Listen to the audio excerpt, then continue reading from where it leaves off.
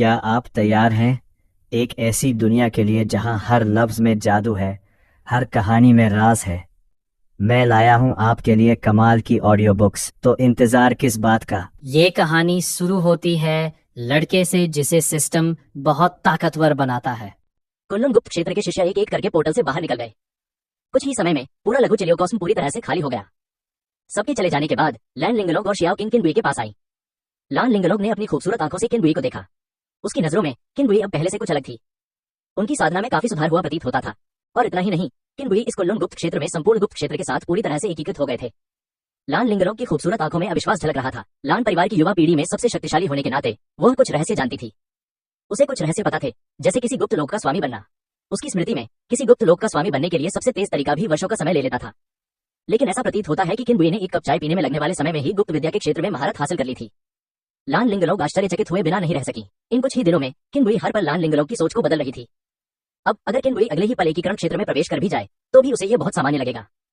Xiao king उड़कर किनबुई के कंधे पर जा बैठी। किनबुई ने शियाओ किंग को पकड़कर अपने सामने रख लिया और खुशी से पूछा, अब से यही हमारा नया घर होगा। क्या आपको यह नया घर पसंद आया? शियाओ किंग ने अपना सिर घुमाकर चारों ओर देखा और फिर शालीनता से आकाश में उड़ते हुए पूरे गुप्त क्षेत्र का चक्कर लगाया। उसने संतुष्टि से कहा, मुझे यह नया घर पसंद है। शियाओ किंग की मूर्खतापूर्ण शक्ल देखकर किनबुई अपनी हंसी नहीं रोक पाई। उसने पहले जियाओ किंग से पूछा था कि पालतू जानवरों का कमरा कैसा दिखता था, और जियाओ किंग ने जवाब दिया कि वह घोर अंधेरा और सन्नाटे से भरा हुआ था। यही कारण था कि जियाओ किंग पालतू जानवरों के कमरे में जाने को तैयार नहीं थी। अब जबकि उसके पास एक छोटा चिलियोकॉस्म था, हालांकि कम समय में ब्लू स्टार जैसे ग्रहों से आगे निकलना असंभव था, लेकिन यह पालतू जानवरों के लिए बने स्थान से कई गुना अधिक मजबूत था। शियाओ किंग लघु चिलियोकॉस्म में चारों ओर उड़ता रहा और लगातार अपने नए घर का अवलोकन करता रहा। अंडे से निकलने के समय से ही यह किनबुई का पीछा कर रहा था और भटकते हुए जीवन जी रहा था। वह जगह जहां यह आमतौर पर सबसे लंबे समय तक रहता था वह किनबुई के शरीर पर थी, जहां यह एक टैटू में बदल जाता था और किनबुई के शरीर पर सोता रहता था। किनबुई द्वारा जगाए जाने के अलावा ज्यादातर समय ये किनबुई के शरीर पर जागते हुए बहुत ऊब जाने के कारण समय बिताने के लिए सो जाता था। अब उसे एक नया घर मिल गया था और वह आखिरकार अपने उबल दिनों से छुटकारा पाकर अपने नए घर में जी भरकर खेल सकता था, जिससे शियाओ किंग बहुत खुश हुई। घर की बात करें तो किनबुई थोड़ी भावुक हो गई। कुल्लुम गुप्त क्षेत्र द्वारा उसके माता पिता को बंदी बना लिए जाने और उनका रक्त निकाल लिए जाने के बाद किनबुई के पास रहने के लिए कोई घर नहीं था। जब से उसने हत्यारा बनने के लिए विश्वविद्यालय छोड़ दिया, तब से लेकर अब तक किनबुई के लिए घर की अवधारणा पूरी तरह से अपरिचित हो गई थी। माइनर चिलियोकॉस्म का मालिक बनने के बाद किनबुई को आखिरकार रहने के लिए एक जगह मिल गई। किनबुई जोर जोर से हंसते हुए आसमान में उड़ गई और छोटे नीले ड्रैगन का पीछा करने लगी। कुछ समय के लिए संपूर्ण लघु चिलियोकॉस्म किनबुई की हंसी से गूंज उठा। लान लिंगलोग ने आकाश में लगातार एक दूसरे का पीछा कर रहे एक व्यक्ति और एक अजगर को ईर्ष्या भरी निगाहों से देखा। लान लिंगलोग बचपन से ही अकेली रही थी। उसकी असाधारण प्रतिभा ने उसे अपने साथियों से बहुत पीछे छोड़ दिया था। बड़े बुजुर्गों ने हर संभव तरीके से उसकी देखभाल की और उसके हम उम्र लोग उसके पास जाने की हिम्मत नहीं करते थे। उसके पास बात करने के लिए कोई दोस्त भी नहीं था। किनबुई और शियाओ किंग के बीच के रिश्ते को देखकर उसके मन में केवल ईर्ष्या ही उत्पन्न हुई। किनबुई और शियाओ किंग कुछ देर तक एक दूसरे का पीछा करने के बाद रुक गए। उन्होंने शियाओ किंग और लैन लिंगलोग से कहा, चलो अगले पड़ाव अग्नि बादल रहस्य क्षेत्र की ओर चलते हैं। किनबुई की दिव्य चेतना ने शियाओ किंग और लैन लिंगलोग को घेर लिया। अगले ही पल वे दोनों और एक अजगर कुनलुन पर्वत पर प्रकट हुए। लान लिंगलोग के चेहरे पर चिंता झलक रही थी जब उसने किनबुई से कहा, क्या तुम थोड़ी देर आराम नहीं करना चाहती? किनबुई ने सिर हिलाते हुए कहा, काम खत्म होने के बाद भी आराम करने में देर नहीं होगी। ऐसा नहीं था कि किनबुई आराम नहीं करना चाहती थी, बल्कि काम पूरा करने की समय सीमा केवल 3 दिन थी। अगर उसने काम पूरा करने में जल्दी नहीं की तो 3 दिन बाद काम विफल हो जाएगा। किनबुई के पास रोने की कोई जगह नहीं थी। जैसे ही किनबुई और अन्य लोग अग्नि बादल गुप्त क्षेत्र की ओर बढ़ रहे थे, तभी कोई पहले ही अग्नि बादल गुप्त क्षेत्र में पहुंच चुका था। आने वाला व्यक्ति लैंग ये था। फायर क्लाउड सीक्रेट दायरे के शिष्यों द्वारा कई स्तरों की पूछताछ से गुजरने के बाद लैंग ये ने फायर क्लाउड सीक्रेट दायरे में सफलतापूर्वक प्रवेश किया। फायर क्लाउड सीक्रेट दायरे में प्रवेश करने के बाद लैंग ये ने राहत की सांस ली। उफ टिल्डे, मुझे उम्मीद है कि भगवान मुझे उस शैतानी आदमी से दोबारा नहीं मिलने देंगे। फायर क्लाउड सीक्रेट दायरे के शिष्यों के पीछे चलते हुए लैंग ये ने फायर क्लाउड सीक्रेट दायरे में शिष्यों के प्रवेश के प्रभारी बुजुर्ग को देखा। बुजुर्ग ने पलके उठाए बिना ही लैंग ये की ओर देखा और कहा, तुम कहां से हो? लैंग ये अपने चेहरे पर एक चापलूसी भरी मुस्कान लिए आगे बढ़ा। अपनी छाती से एक पत्र निकाला और पत्र के नीचे एक अंतरिक्ष यान की अंगूठी दबी हुई थी। कृपया एक नजर डालिए बड़े साहब, लैंग ये ने आदरपूर्वक कहा। बुजुर्ग ने लैंग ये का पत्र लिया और जब उन्होंने अंतरिक्ष वलय को छुआ तो उन्होंने अपने चेहरे पर कोई भाव दिखाए बिना पत्र खोल दिया। दरअसल उनकी दैवीय चेतना ने अंतरिक्ष वलय में प्रवेश किया और उसमें करीने से व्यवस्थित आध्यात्मिक पत्थरों को देखा। बुजुर्ग ने अपना सिर उठाया और लैंग ये की ओर गर्मजोशी से मुस्कुराते हुए कहा, तुम्हारी पहचान में कोई समस्या नहीं है। अब से तुम मेरे अग्नि बादल गुप्त क्षेत्र के शिष्य हो। बोलने के बाद बुजुर्ग ने लैंग ये को फायर क्लाउड सीक्रेट दायरे के शिष्य का प्रतिनिधित्व करने वाला एक पहचान चिन्ह दिया। उन्होंने लैंग ये को फायर क्लाउड सीक्रेट दायरे के एक शिष्य के कपड़े भी सौंपे और अपनी आंखों से इशारा किया कि लैंग ये जा सकता है। लैंग ये ने सामान लिया और मुस्कुराते हुए कहा, धन्यवाद बड़े जी, ये शिष्य अब विदा लेता है। लैंग ये के जाने के बाद बुजुर्ग ने लैंग ये द्वारा सौंपे गए पत्र की ओर देखा तक नहीं। उसने लापरवाही से पत्र को एक तरफ फेंक दिया। वह पत्र बिल्कुल खाली था, उसमें एक भी शब्द नहीं था। लैंग ये के जाने के बाद वह अग्नि बादल गुप्त क्षेत्र में टहलते हुए एक मधुर गीत गुनगुना रहा था। पैसा ही दुनिया को चलाता है, पैसा सब कुछ कर सकता है। हाँ हाँ, मैं अब फायर क्लाउड सीक्रेट दायरे का सदस्य हूँ। लैंग ये को यह नहीं पता था कि फायर क्लाउड सीक्रेट दायरे के स्वामी हुआओ गानियन अब इतने चिंतित थे कि उनके बाल सफेद पड़ने लगे थे। अभी अभी हुआओ गानियन को नवीनतम खुफिया जानकारी मिली है। खुफिया जानकारी के अनुसार किन बुए ने कुल्लुन गुप्त क्षेत्र प्राप्त कर लिया था। कुल्लुन गुप्त क्षेत्र के कई शिष्यों को तितर बितर कर दिया था और वह उसकी ओर उड़ रही थी। हुआ गानियन एक गर्म बर्तन पर बैठी चींटी की तरह बेचैन थी और इधर उधर चक्कर लगा रही थी। अगर मैं लालची न होता और उस बूढ़े भूत कुंशु के जादू में न आता तो मैं निश्चित रूप से इतने बड़े शत्रु को न उकसाता। हुआ गानियन का दिल पछतावे से भरा हुआ था, लेकिन उसने एक बात को नजरअंदाज कर दिया। यानी भले ही कुंशु उसे मोहित करने नहीं आई थी, फिर भी उस समय उसने किन बुए को जाने देने की योजना नहीं बनाई थी। हुआ गानियन की तरह होंग वानरू भी बेचैन थी। होंग वानरू को शुरू में थोड़ी सी उम्मीद थी कि शरद ऋतु की फसल के बाद किन बुए हिसाब किताब निपटाने नहीं आएगा। हालांकि किन बुए ने अपने कार्यों का इस्तेमाल करके उसकी जियाओ सिंह मानसिकता को पूरी तरह से चकनाचूर कर दिया। उन्हें यह भी जानकारी मिली कि किन बुए ने कुल्लुन गुप्त क्षेत्र प्राप्त कर लिया है और वह अग्नि बादल गुप्त क्षेत्र की ओर बढ़ रही है। अब वह उसके सामने मेज पर रखा था। होंग वानरू ने बहुत सोचा, लेकिन उसे किन बुए के साथ दुश्मनी को दोस्ती में बदलने का कोई अच्छा तरीका नहीं सूझा। जिस समय होंग वानरू और हुआओ गानियन मुसीबत में थे, उसी समय लैन परिवार में खुशी का माहौल था। लान परिवार के चौथे सदस्य लान वनहाई पूरी तरह से आश्वस्त हो गए और उन्होंने लान वेनहाओ से कहा, तीसरे भाई, मैं आपसे पूरी तरह सहमत हूँ। आपका निर्णय सही था। लान तियान्हे ने मुस्कुराते हुए कहा, मुझे नहीं पता कि तीसरे भाई के फैसले के समय सबसे ज्यादा विरोध किसने किया था। लान तियान्हे के बोलने के बाद उसने आह भरने का नाटक करते हुए कहा, अफसोस, लोग अब कैसे बदल रहे हैं, वे बदलने का वादा करते ही बदल जाते हैं। लान वनहाई ने अपना सिर खुजाया, शर्म से उसका चेहरा लाल हो गया और उसने कहा, सातवें भाई, मेरा मजाक मत उड़ाओ। मैं तीसरे भाई से माफी मांगता हूँ, माफी मांगो। जैसे ही उन्होंने बोलना समाप्त किया, लैन वनहाई ने लैन वेनहाओ को झुककर प्रणाम किया। तीसरे भाई, मैंने पहले भी आपको बहुत नाराज किया है, कृपया मुझे दोष न दें। लान वेनहाओ ने जल्दी से लान वनहाई को उठाया और कहा, हम सब भाई हैं, और इसके अलावा तुम भी लान परिवार की भलाई के लिए ही यह सब कर रहे हो। तीसरे भाई तुम्हें कैसे दोष दे सकते हैं। तीनों भाइयों ने एक दूसरे की ओर देखा और दिल खोलकर हंसे। हंसी के बाद लैन तियान्हे ने लैन वेनहाओ से कहा, किन बुए उस हुआओ गानियन के साथ मुसीबत खड़ी करने वाली है। ये सोचकर वाकई राहत मिलती है। लान वेनहाओ भी बहुत खुश था। जब लान परिवार पहले फायर क्लाउड सीक्रेट दायरे से अलग हुआ था, तब हुआओ गानियन ने उनके लिए वाकई बहुत मुश्किलें खड़ी कर दी थी। इस समय हुआओ गानियन का भाग्य साथ नहीं दे रहा था और लैन वेनहाओ इसे लाइव देखने के लिए बेताब थी। इस समय लैन तियान्हे ने आगे कहा, तीसरे भाई, हमारे लैन परिवार ने किन बुए की बहुत मदद की है और हम ही एकमात्र ऐसे हैं जो उसका समर्थन करते हैं।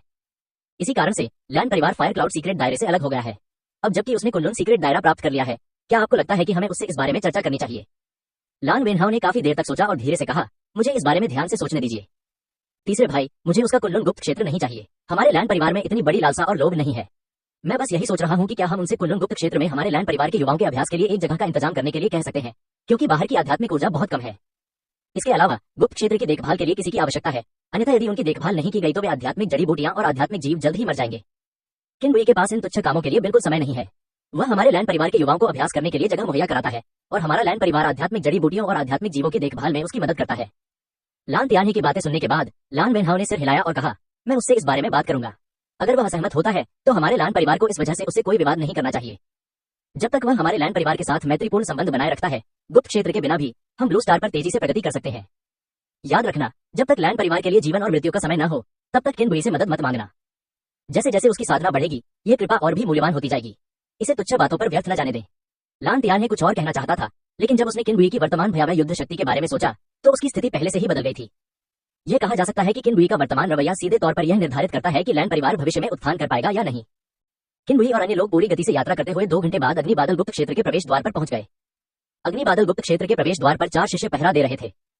किन बुए और अन्य लोगों को देखकर ये चारों शिष्य आगे बढ़े और चिल्लाए, रुको, जो आ रहे हैं। Bang bang bang bang. किन बुए की दिव्य चेतना उन पर छा गई और इसके परिणाम स्वरूप चारों शिष्य जमीन पर गिर पड़े। जमीन पर पड़े चारों लोगों को पार करते हुए किन बुए ने अपने सामने अग्नि बादल गुप्त क्षेत्र के प्रवेश द्वार की ओर देखा। फायर क्लाउड सीक्रेट दायरे का प्रवेश द्वार कुल्लुन सीक्रेट दायरे के प्रवेश द्वार के समान था। दोनों ही पत्थर के द्वार से बने थे। क्लैंग। किन बुए ने घातक तलवार निकाली और गुप्त लोक के प्रवेश द्वार को खोलने की तैयारी कर रही थी, तभी दूर से एक आवाज आई, छोटे दोस्त किन, इतनी जल्दीबाजी मत करो। किन बुए ने पीछे मुड़कर देखा तो पाया कि क्यूयुन, जिससे वह पहले एक बार मिल चुका था, दूर से तेजी से उसकी ओर आ रहा था। क्यूयुन पलक झपकते ही किन बुए के सामने पहुंच गई और सीधे सीधे बोली, छोटे मित्र किन, तुमने कुल्लुन गुप्त क्षेत्र प्राप्त कर लिया है, फिर भी तुम अग्नि बादल गुप्त क्षेत्र पर हमला क्यों करना चाहते हो। किन बुए की दिव्य चेतना एकीकरण क्षेत्र के प्रारंभिक चरण तक पहुंच गई और उसने अन्वेषण की आंख का उपयोग करके फिर से क्यूयुन को देखा। क्यूयुन की साधना का स्तर, जिसे वह पहले नहीं देख पा रहा था, अंततः किन बुए की आंखों के सामने प्रकट हो गया। एकीकरण क्षेत्र का प्रारंभिक चरण है ना, किन बुए ने मन ही मन सोचा।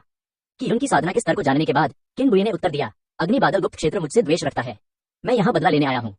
क्यूयुन ने किन बुए की आंखों में देखते हुए पूछा, क्या यह फायर क्लाउड सीक्रेट दायरे को प्राप्त करने के लिए नहीं है। किन बुए ने भी क्यूयुन की ओर देखा और उदारतापूर्वक स्वीकार किया, बदला लेना एक कारण है, अग्नि बादल गुप्त क्षेत्र प्राप्त करना दूसरा कारण है। छोटे मित्र किन बहुत लालची है, क्या आप जानते हैं कि यदि आप इस अग्नि बादल गुप्त क्षेत्र को प्राप्त कर लेते हैं तो नीले तारे पर कितने लोगों का साधना पथ समाप्त हो जाएगा। क्यूयुन ने गंभीरता से कहा। बूढ़े श्री क्यूई कुछ ज्यादा ही दखलंदाजी करते दिख रहे हैं, किन बुए ने शांत भाव से कहा। अफसोस, ब्लू स्टार की आध्यात्मिक ऊर्जा पहले ही समाप्त हो चुकी है। वर्तमान में जिस तरह की साधना को यह बनाए रख पा रहा है, उसका मुख्य कारण 3 प्रमुख गुप्त क्षेत्र है। गुप्त लोगों में आध्यात्मिक ऊर्जा बाहरी दुनिया की तुलना में कहीं अधिक समृद्ध है, इसलिए मुझे उम्मीद है कि नन्हा मित्र किन यही रुक जाएगा। क्यूई युन ने गंभीर चेहरे से किन बुई की ओर देखा। किन बुई ने भावहीन भाव से उत्तर दिया, अगर मैं ना कह दूं तो क्या होगा? किन बुई की यह बात सुनकर क्यूई युन ने अपने चेहरे पर कोई नाराजगी नहीं दिखाई और किन बुई पर दिल खोलकर हंसते हुए कहा, हाँ, अगर छोटी दोस्त किन मना कर दे तो मैं भी छोटी दोस्त किन को नहीं रोकूंगा। जब तक मेरा छोटा मित्र मुझसे वादा करता है कि गुप्त क्षेत्र प्राप्त करने के बाद आप साधना प्रणाली की विरासत को जारी रखने की अनुमति देंगे। चाहे तुम गुप्त क्षेत्र में अपनी शक्तियों का विकास करो या अन्य शक्तियों को शामिल होने दो, जब तक तुम साधना प्रणाली की विरासत को बनाए रख सकते हो, मैं पीछे हट जाऊंगा।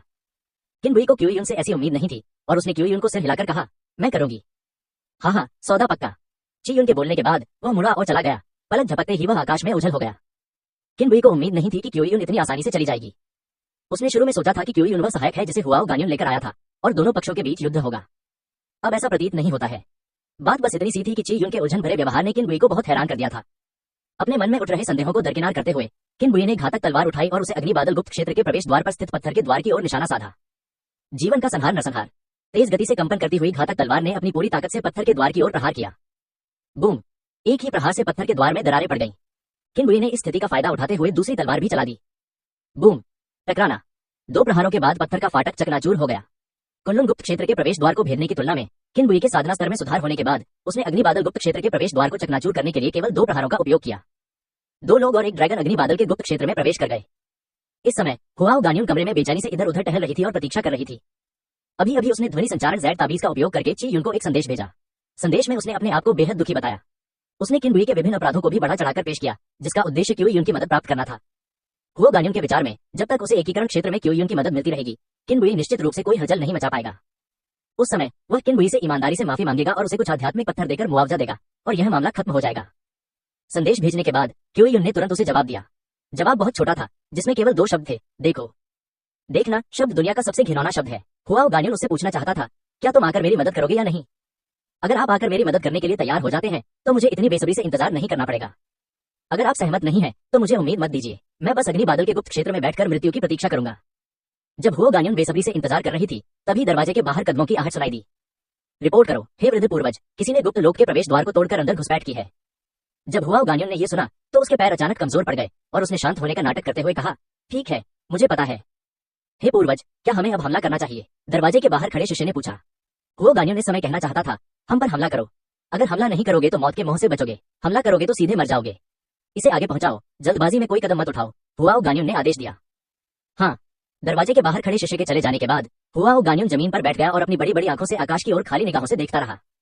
ठीक उसी क्षण उनके ध्वनि संचारण ज़ैड ताबीज की घंटी बजी। हुआओ गान्युन ने उसे ऐसे पकड़ा जैसे वह जीवन रक्षक तिनका पकड़ रहा हो। उसने ध्वनि संचारण ज़ैड ताबीज को उठाया और अपनी दिव्य चेतना से उसका अध्ययन किया। यह वास्तव में ची युन का संदेश था।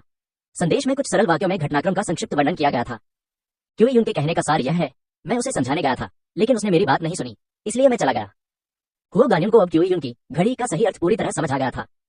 यह महज एक औपचारिकता थी। अगर किन बुई समझाने पर मान जाता तो उसे फायदा मिल जाता, अगर वह नहीं मानता तो कोई फर्क नहीं पड़ता। इस समय हुआओ गान्युन का मन गाली देने को कर रहा था। वर्षों से उसके मन में जमा हुए अपशब्द उसके सीने में उमड़ रहे थे, लेकिन उसने उन्हें बड़ी मुश्किल से दबा लिया। अपने मन में क्यूई युन किन बुई से कहीं अधिक खूंखार था। यदि वह सचमुच क्यूई युन को डांटता तो इसके परिणाम मृत्यु से भी कहीं अधिक कष्टदायक होते।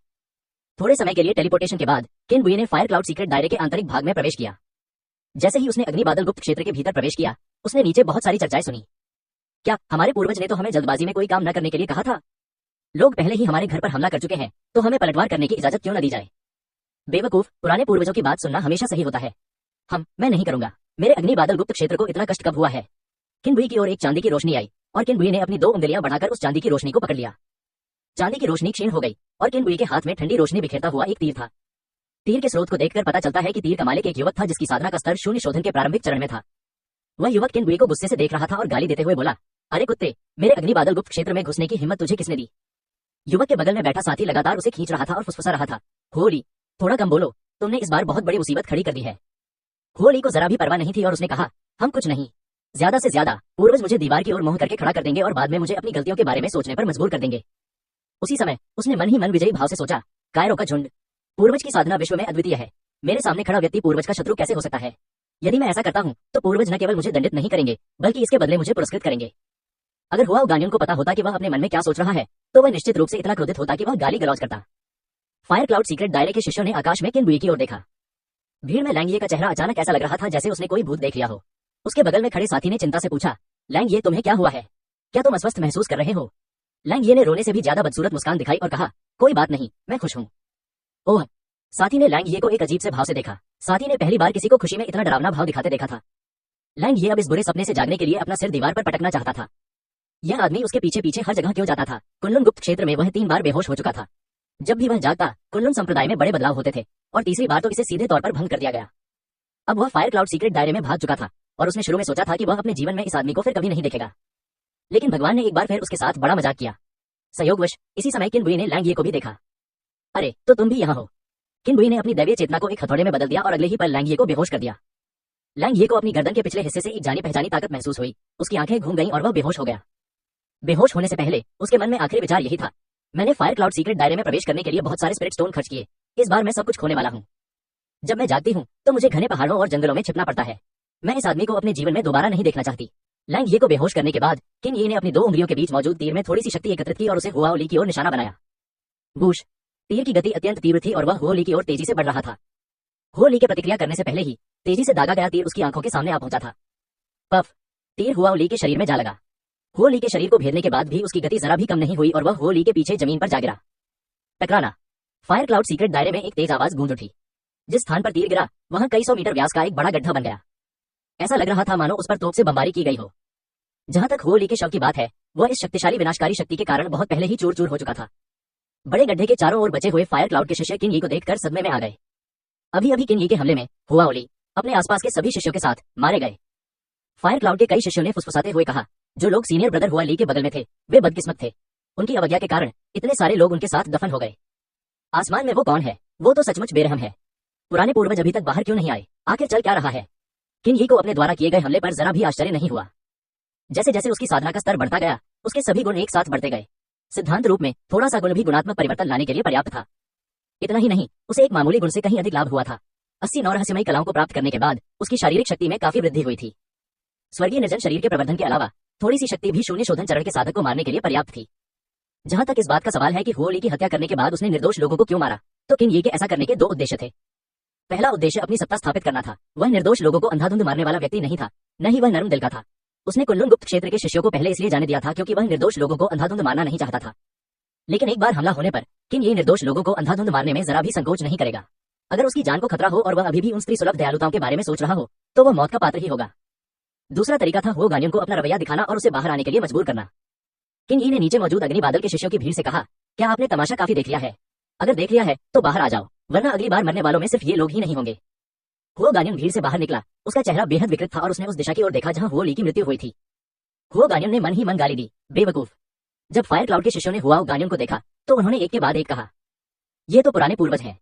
नमस्कार पूर्वज। वृद्ध पूर्वज, उस व्यक्ति ने वरिष्ठ भाई हुआओली की हत्या की है। आपको वरिष्ठ भाई हुआओली का बदला लेना होगा।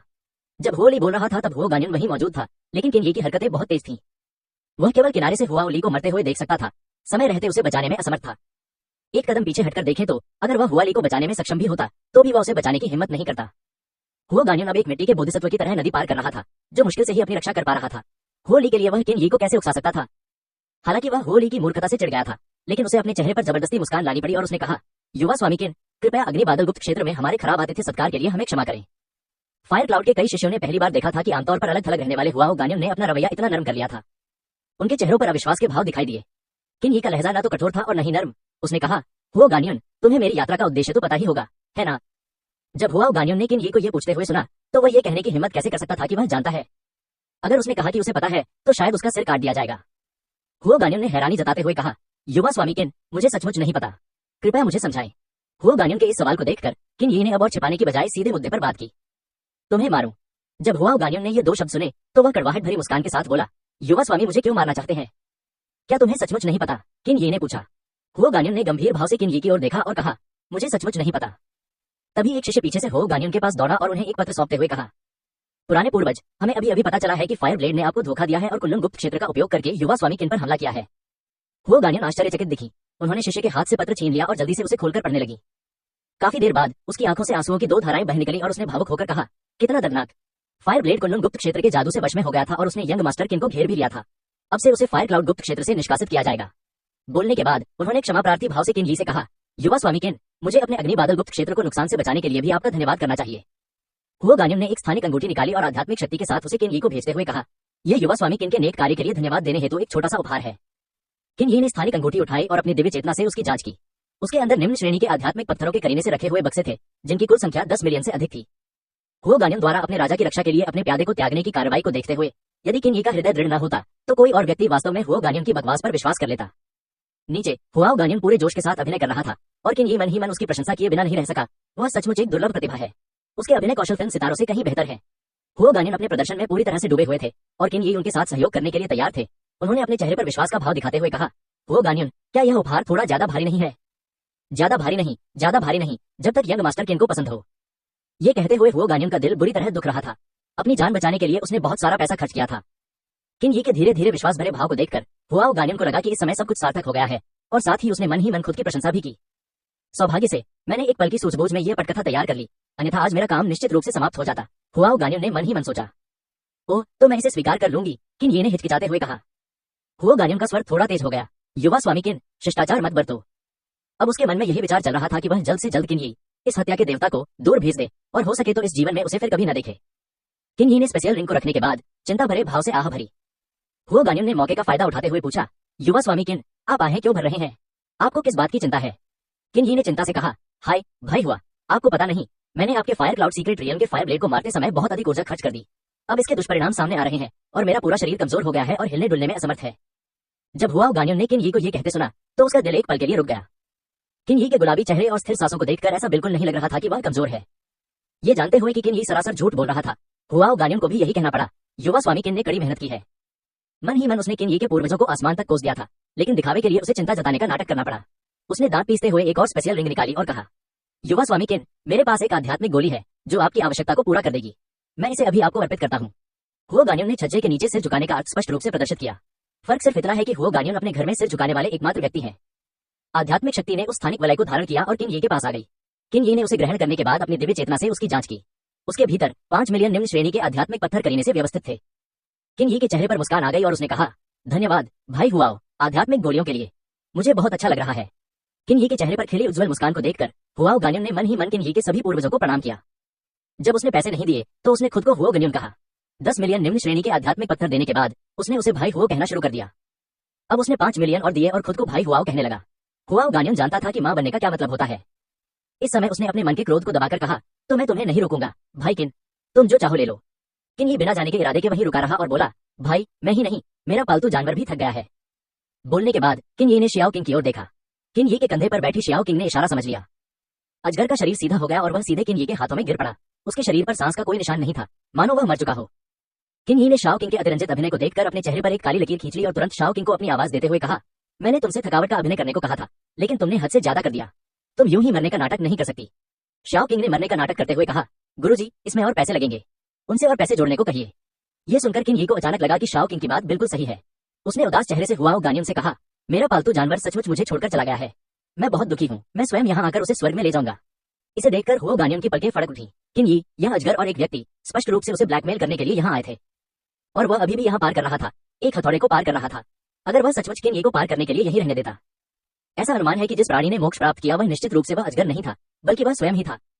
सबसे असहज बात यह थी कि वह जानता था कि दूसरा पक्ष उसे ब्लैकमेल कर रहा है, लेकिन उसे इसे स्वीकार करना पड़ा। लेकिन इस तरह ब्लैकमेल किए जाने पर हुआओ गानियन मन ही मन बहुत अनिच्छुक था और उसने कहा, तुम्हारा पालतू जानवर अभी तक बिल्कुल ठीक ठाक था, वो पलक झपकते ही कैसे मर सकता है? किन यी ने गंभीरता से कहा, शायद इसके दुष्प्रभाव बहुत गंभीर थे। क्या आपको कोई आपत्ति है? किन यी के वाक्य के दूसरे भाग में धमकी भरे लहजे को सुनकर हुआओ गानियन ने एक और स्थानिक अंगूठी निकाली और उसे किन यी की ओर भेजते हुए कमजोर स्वर में कहा, भाई किन, ज्यादा दुखी मत होइए, यह मेरे दिल का एक छोटा सा हिस्सा है। किन यी ने अंगूठी ली और अपनी दिव्य चेतना से उसकी जांच की, लेकिन उसके अंदर केवल 2 मिलियन निम्न श्रेणी के आध्यात्मिक पत्थर थे। हुआ गानियन की हालत देखकर ऐसा लगा मानो अब उसके पास तेल और पानी कुछ भी नहीं बचा है। किन यी ने शाओ किंग के ड्रैगन की पीठ थपथपाई। शाओ किंग ने तुरंत अपना जीवंत रूप पुनः प्राप्त कर लिया और किन यी के चारों ओर उड़ने लगा। यह दृश्य देखकर हुआओ गानियन को अपने आध्यात्मिक पत्थरों पर दया आई और उसने तुच्छ लहजे में पूछा, भाई किन, आप इसकी व्याख्या कैसे करेंगे? किन यी ने लापरवाही से बात टालने का बहाना ढूंढ लिया, अरे क्या यह बेहतर नहीं हो रहा है? इसमें अजीब क्या है?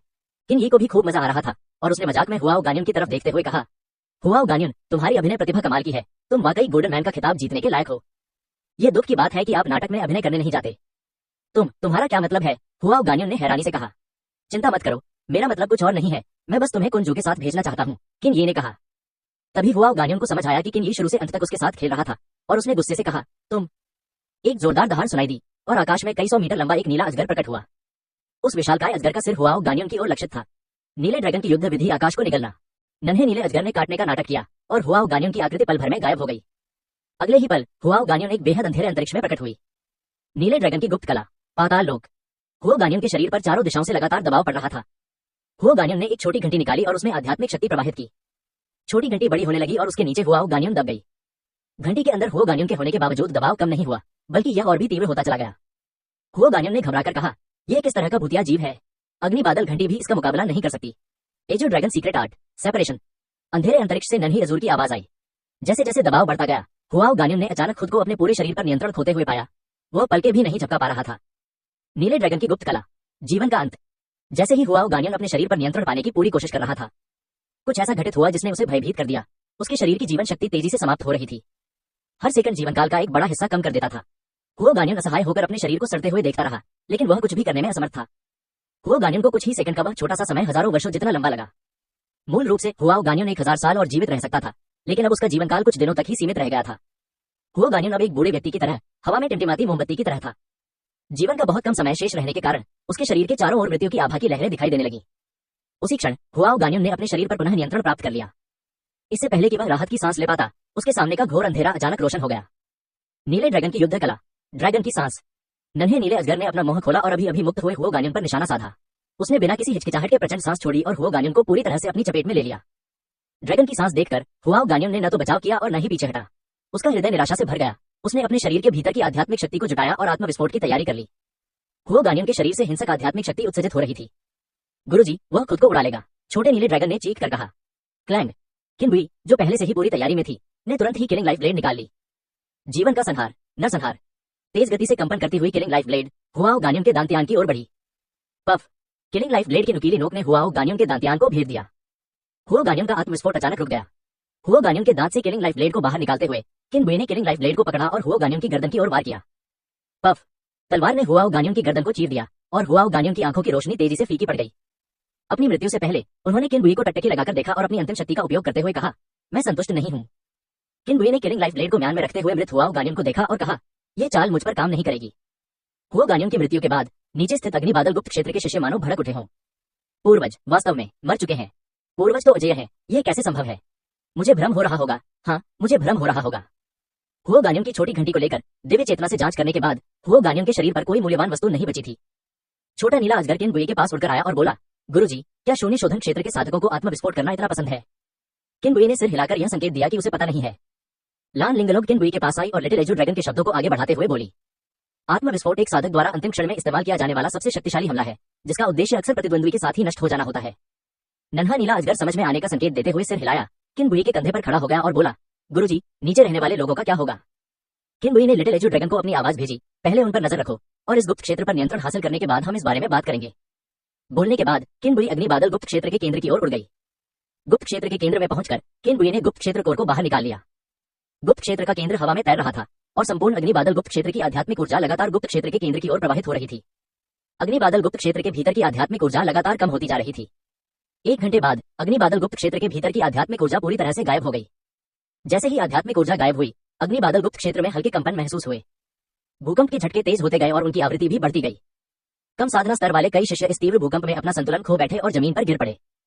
फायर क्लाउड सीक्रेट दायरे के शिष्यों ने पूरा दिन अज्ञात के भय में बिताया। 1 दिन बाद फायर क्लाउड सीक्रेट दायरे में भूकंप के झटके आखिरकार रुक गए। गुप्त क्षेत्र का मूल तत्व, जिसने अग्नि बादल गुप्त क्षेत्र की सभी आध्यात्मिक ऊर्जा को अवशोषित कर लिया था, 7 रंगों की आभा के साथ लगातार आध्यात्मिक ऊर्जा का उत्सर्जन करने लगा। उसी समय किनबुई ने फायर क्लाउड सीक्रेट दायरे पर पूरी तरह से नियंत्रण कर लिया था और पूरा गुप्त क्षेत्र उसकी दिव्य चेतना से घिरा हुआ था। उनकी दिव्य चेतना फायर क्लाउड के शिष्यों पर छा गई। फायर क्लाउड के शिष्यों में सर्वोच्च साधना स्तर स्पिरिट ट्रांसफॉर्मेशन क्षेत्र का था। वहां शून्य शोधन क्षेत्र का एक भी साधक नहीं था। किनबुई के एक विचार से ही सभी शिष्यों को टेलीपोर्ट करके बाहर भेज दिया गया। यह उल्लेखनीय है कि किनबुई ने इन शिष्यों की संपत्ति में से कुछ भी नहीं काटा। उनके जाने के बाद भी उन्हें साधना जारी रखने की आवश्यकता थी और किनबुई औसत साधना स्तर वाले इन शिष्यों को गतिहीन स्थिति में धकेलना नहीं चाहती थी। उस पूरे रहस्यमय क्षेत्र में केवल 3 लोग और एक ड्रैगन ही बचे थे।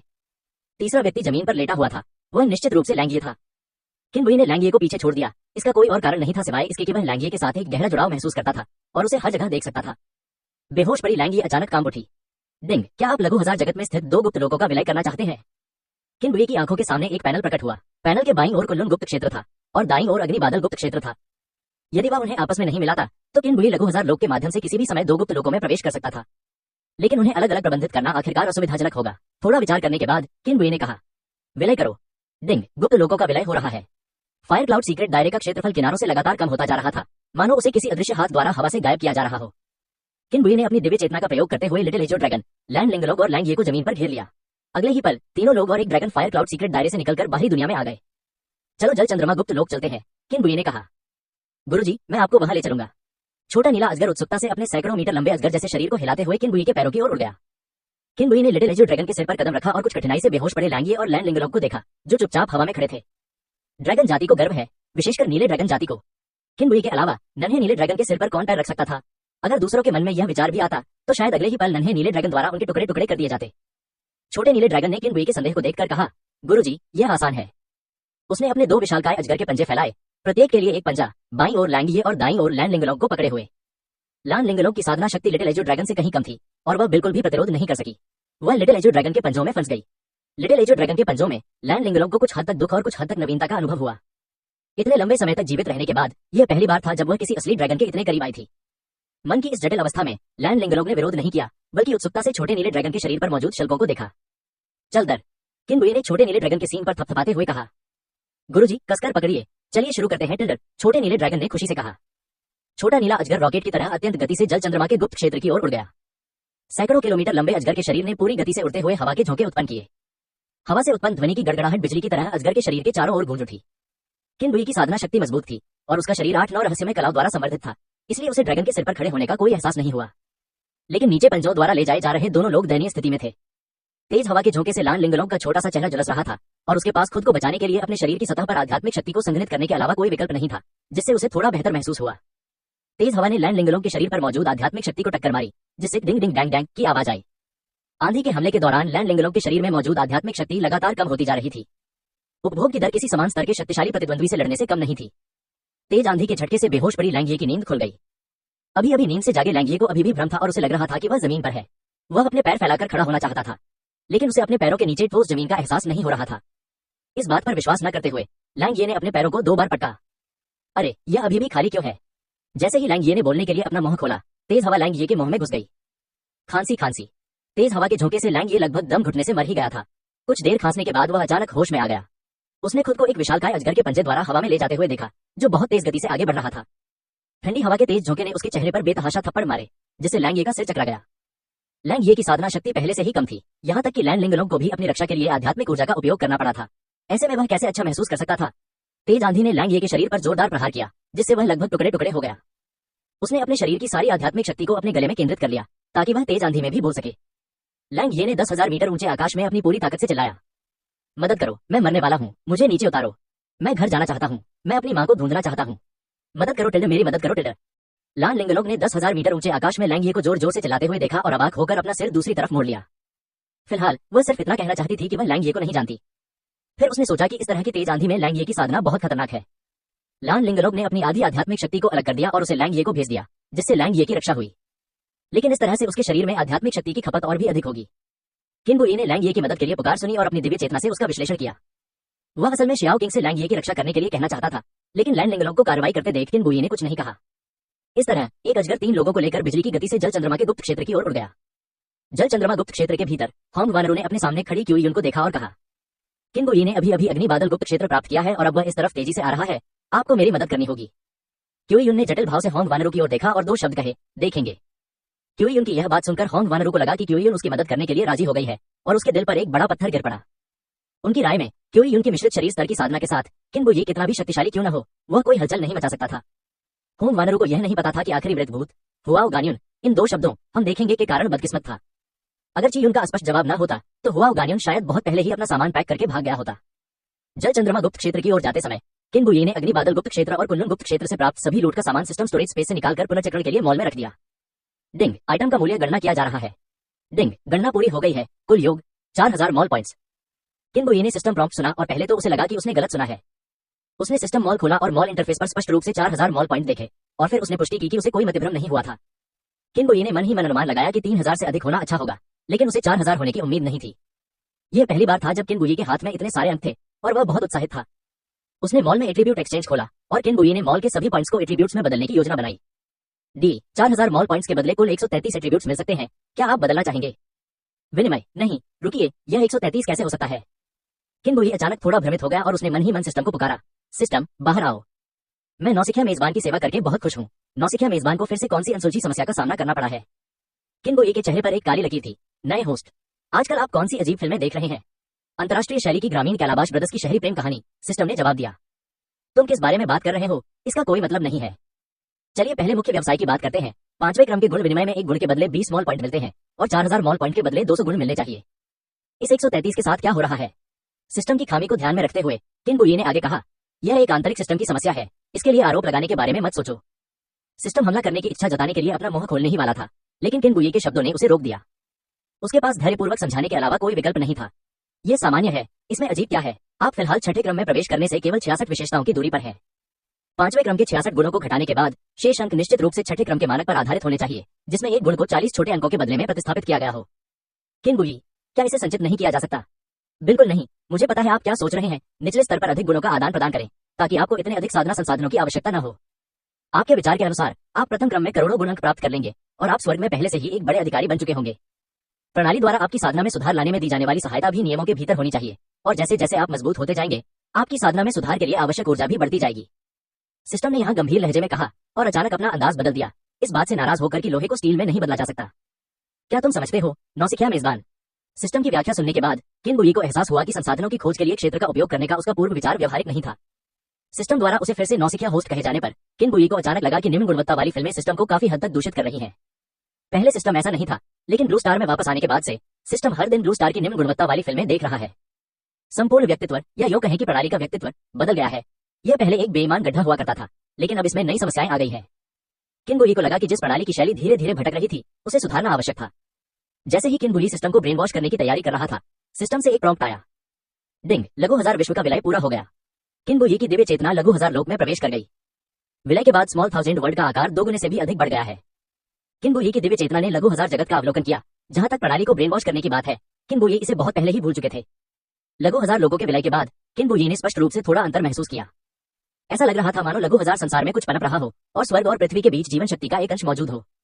मूल स्मॉल 1000 वर्ल्ड में रात और दिन के बीच कोई भेद नहीं था और आंतरिक भाग कोमल और चकाचौंध रहित प्रकाश से ढका हुआ था, जो पूरे वर्ष एक जैसा रहता था। वहां हवा, बारिश, गरज और बिजली जैसी कोई प्राकृतिक जलवायु परिस्थितियां नहीं थी। अगर आप बारिश, गरज या बर्फबारी चाहते हैं तो आपको इसे खुद नियंत्रित करना होगा। इस विलय के बाद लघु 1000 जगत में परिवर्तन हुए। किन बुई यह तो स्पष्ट रूप से नहीं बता सकता था कि क्या अलग था, लेकिन वह यह महसूस कर सकता था कि सब कुछ एक अच्छी दिशा में आगे बढ़ रहा था। जब किन बुई की दिव्य चेतना लघु 1000 लोक में लीन हो गई तो जियाओ किंग की आवाज आई, गुरुजी, हम यहाँ हैं। किन बुई को होश आया और वह शियाओ किंग के ड्रैगन के सिर से नीचे उतर आया। शियाओ किंग ने अपने अजगर के पंजे ढीले किए और उन दोनों को नीचे रख दिया। लैंड लिंगलोंग का चेहरा पीला पड़ गया था और ऐसा लग रहा था जैसे उसने अपनी आध्यात्मिक शक्ति का अत्यधिक उपयोग कर लिया हो। लैंग ये की हालत तो और भी बदतर थी। उसका पूरा शरीर जमीन पर आंखें घुमा रहा था और उसका शरीर लगातार फड़क रहा था। कुछ देर बाद लैंग ये को होश आया। वह जमीन से उठा और लैंड लिंगलोंग की ओर चलकर उसे हार्दिक धन्यवाद दिया। तुम्हारी मदद के लिए धन्यवाद, लड़की। बोलने के बाद उसने अपना हाथ बढ़ाया और लैंड लिंगलोंग को एक नीली गोली देते हुए कहा, यह गोली आपकी आध्यात्मिक शक्ति को शीघ्रता से पुनः प्राप्त करने में आपकी मदद कर सकती है। लैंड लिंगलोंग ने गोली ली और यह पुष्टि करने के बाद कि यह जहरीली नहीं है, उसने इसे एक ही बार में निगल लिया। उसका पीला पड़ा चेहरा तुरंत लाल हो गया और उसने अपना सिर उठाकर यह संकेत दिया कि वह ठीक है। किन बुई ने लैंग ये को अपनी ताकत के हिसाब से कम क्षमता वाली गोली निकालते हुए देखा और ज्यादा कुछ नहीं पूछा। हर किसी के दिल में अपने अपने रहस्य होते हैं और किन बुई ऐसा व्यक्ति नहीं है जिसे दूसरों के रहस्यों को जानने में रुचि हो। जल चंद्रमा गुप्त क्षेत्र का प्रवेश द्वार निकट ही था, लेकिन किन बुई ने सीधे अंदर जाने का विकल्प नहीं चुना। गुप्त क्षेत्र के प्रवेश द्वार के सामने खड़े होकर किन बुई ने शियाओ किंग से कहा, शियाओ किंग, कानून की रक्षा करने में मेरी मदद करो। ठीक है गुरुजी। शियाओ किंग के सैकड़ों फीट लंबे अजगर जैसे शरीर ने किन बुई को चारों ओर से लपेट लिया और उसे बिल्कुल बीचों बीच जकड़ लिया। लैंड लिंगलोंग और लैंग ये ने उत्सुकता से किन बुई को देखा, जो शाओ किंग के शरीर के केंद्र में सुरक्षित था। लैंग ये ने लैंड लिंगलोंग से कहा, वह क्या कर रहा है? वह पहले से ही किसी और के दरवाजे पर है, वह अंदर क्यों नहीं जाता? लैंड लिंगलोंग ने अपना सिर हिलाया, जिससे यह संकेत मिला कि उसे भी नहीं पता था। किन बुई ने निर्णायक रूप से 4000 मॉल पॉइंट्स को एट्रीब्यूट पॉइंट्स में बदल लिया। सिस्टम की व्याख्या सुनने के बाद चूंकि उस क्षेत्र को दबाने का अब कोई व्यवहारिक प्रभाव नहीं रह गया है। जितनी जल्दी हो सके साधना के आधार को पार कर लेना बेहतर है, ताकि आपात स्थिति का सामना करते समय आप अप्रत्याशित न रह जाए। कुल मिलाकर 133 गुण बिंदुओं का आदान प्रदान हुआ और किन बुई ने उन सभी को स्वयं में जोड़ लिया। उनकी साधना का स्तर एक ही झटके में शुद्धिकरण शून्य के अंतिम चरण से शुद्धिकरण शून्य के पूर्ण चरण तक पहुंच गया। शून्यता के परिष्करण की परिपूर्ण अवस्था तक पहुंचने के बाद अगला क्षेत्र मिश्रित शरीर का क्षेत्र है। किन बुई चिल्लाया, सफलता। दरार। किन ही के शरीर के भीतर से कांच के टूटने जैसी एक ध्वनि सुनाई दी। दरार। दरार, दरार। किन ये के कुछ समझ पाने से पहले ही उसके शरीर में कई तेज आवाजें गूंज उठी। उसकी हड्डियों से एक तीव्र दर्द फैल गया जो पल भर में असहनीय पीड़ा में बदल गया। उसकी हड्डियां चरमरा उठी और कराह उठी। किन ये के शरीर से तुरंत पसीना बहने लगा जिससे उसके कपड़े पूरी तरह भीग गए। उसकी हड्डियां मानो किसी अदृश्य हाथ से जकड़ी हुई हो, कोई बाहरी शक्ति उसे निचोड़ रही हो। ऐसा लग रहा था मानो उसके शरीर की हर हड्डी चूर चूर हो जाएगी। दबाव जल्दी से आया और चला गया और कुछ ही सेकंड में उसका शरीर शांत हो गया। किन ये ने राहत की सांस ली। उसके शरीर के भीतर सिलसिलेवार विस्फोट हुए। बूम, बूम, धमाका। उसके आंतरिक अंगों को ऐसा महसूस हो रहा था जैसे उन पर हथौड़ा मारा जा रहा हो, जिससे धूल की तरह धीमी धीमी आवाजें निकल रही थी। एक बड़े हथौड़े से उसके आंतरिक अंगों पर प्रहार किया गया, जबकि छोटे हथौड़ों से उसकी हड्डियों पर चोट की गई। कुछ सेकंड बाद दरार, दरार, दरार। किन ये के शरीर की हर हड्डी चकनाचूर हो गई थी। उसकी हड्डियों के लगातार टूटने से होने वाला तीव्र दर्द किन ये की नसों को उत्तेजित कर रहा था। किन ये चिल्लाया नहीं, उसने दांत पीसकर सहन किया। उसका चेहरा लाल हो गया था। उसके आंतरिक अंगों की तेज धड़कन बंद हो गई। इसके स्थान पर एक शक्तिशाली घुमावदार बल उत्पन्न हुआ। इस शक्तिशाली घुमावदार बल का उसके आंतरिक अंगों पर प्रभाव पड़ा। किन ये को ऐसा महसूस हो रहा था मानो उसके आंतरिक अंगों को वॉशिंग मशीन में डाल दिया गया हो और उन्हें हिंसक रूप से घुमाया जा रहा हो। उसकी हड्डियां चूर चूर होकर चूर चूर हो गई। एक बार चूर चूर हो जाने के बाद छोटे हथौड़ों ने ठोकना बंद कर दिया। चूर्णित हड्डियों के टुकड़ों के भीतर से सुनहरे चींटी जैसे जीव उभरने लगे। पलक झपकते ही ये सुनहरे जीव उसके शरीर के हर हिस्से में समा गए। सुनहरे रंग के उन जीवों ने अपने सामने पड़े सफेद हड्डी के चूर्ण को चट कर लिया। इस क्षण किन ये के भीतर असहनीय दर्द अपने चरम पर पहुंच गया। किन ये के माथे से सोयाबीन के आकार की पसीने की बूंदें ऐसे टपक रही थी मानो वे मुक्त हों। लगभग 1 दर्जन सांसों के बाद सफेद हड्डी का चूर्ण पूरी तरह से निगल लिया गया। किन ये की मूल हड्डियों के स्थानों पर सुनहरे जीव सिर से पूंछ तक जुड़े हुए थे। अगर कोई इस समय किन ये के शरीर के आर पार देख पाता तो उसे पता चलता कि ये सुनहरे जीव सुनहरी हड्डियों की तरह किन ये के पूरे शरीर में बिखरे हुए हैं। उसके आंतरिक अंगों का हिंसक मरोड़ना बंद हो गया और उसके हृदय से शीतलता की एक लहर फैल गई। ठंडक की लहर उसकी रक्तवाहिकाओं के माध्यम से किन ये के शरीर के हर हिस्से तक फैल गई।